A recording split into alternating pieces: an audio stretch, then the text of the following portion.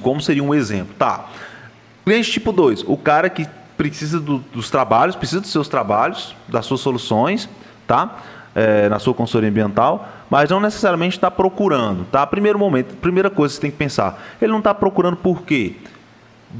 Como eu já tenho muita experiência na consultoria ambiental, ele não está procurando principalmente porque ele acha que está tudo bem na empresa dele.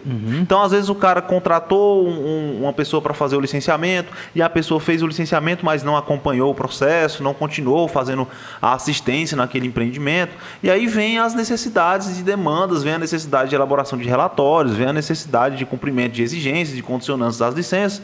E o cara que é o dono da empresa, ele não sabe que precisa disso, ele não sabe de prazo, ele não entende disso.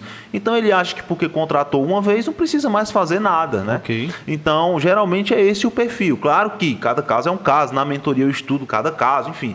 Mas com a minha experiência, 90% dos casos é assim que funciona. Então, como eu conseguiria fazer uma ponte entre mim e entre esses empreendedores?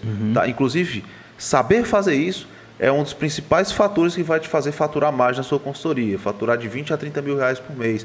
Porque para cada cliente que está desesperadamente procurando o seu serviço, tem pelo menos uns 10 clientes que sabem que precisam, mas não estão necessariamente procurando pelo seu serviço. Isso é estatística de marketing, isso é estudo de marketing, tá, galera? Então, seguinte, como é que eu faria uma ponte? Primeiro ponto, qual seria a estratégia de geração de demanda? Seria o outbound, seria prospecção ativa, seria você abordar esses empreendedores. Como é que você faria essa abordagem? Qual seria o primeiro passo? Primeiro, você tem lá o seu segmento. Eu vou focar em indústrias, por exemplo. O seu nicho é licenciamento ambiental e você vai focar em indústrias. E aí você pode determinar um tipo de indústria de fabricação de cerâmica, indústria de calçados, indústria de... Enfim, determina um tipo de fabricação lá que aquela indústria faz, tá? Um tipo de indústria. Tá. E aí, depois que você identifica isso, você vai criar uma lista dessas indústrias que estão no seu raio de ação. Então, você precisa conhecer quem são os seus potenciais clientes. Então, quantas indústrias tem na sua cidade? Quantas indústrias tem nas cidades vizinhas? Quantas indústrias tem no seu raio de ação? Se o seu raio de ação é 100 km, sua cidade, cidades vizinhas dá 100 km, por exemplo. Quantas indústrias tem? Aí você vai fazer um processo de criação de lista, de base de potenciais clientes.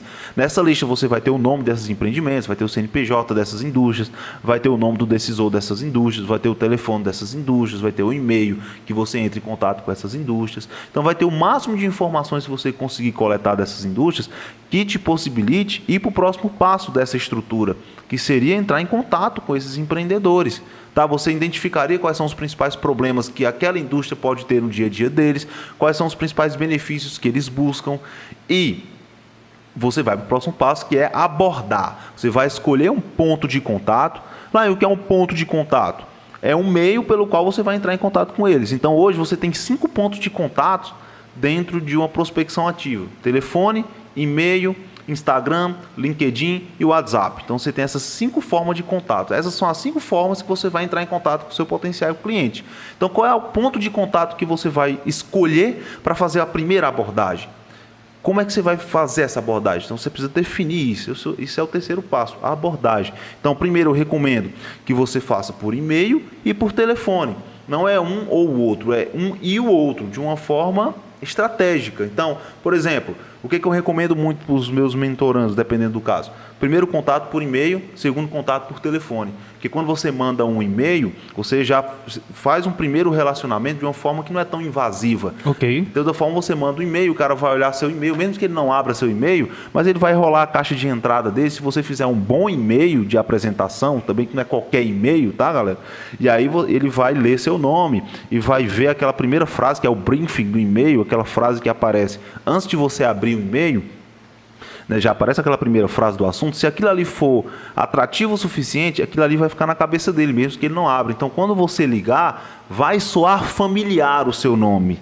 Vai soar familiar aquela pessoa que ele vai falar com você.